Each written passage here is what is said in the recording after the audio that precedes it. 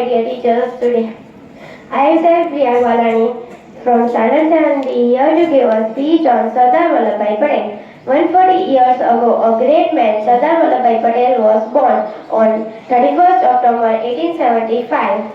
He was a freedom fighter and the Home Minister of Azad India. He was better known as Iron Man of India. His birth anniversary is known as Rashtriya Ekta Divas. He led from a farmer family. He often called Sardar. He successfully led Kheda Satyagraha and Bardoli revolt against British government. He was one of those brave men in whose spirit of patriotism and social service. He died on 15 December 1975. Let's remember our brave Iron Man by a famous slogan by them.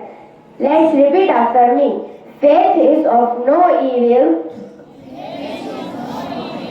in absence of strength.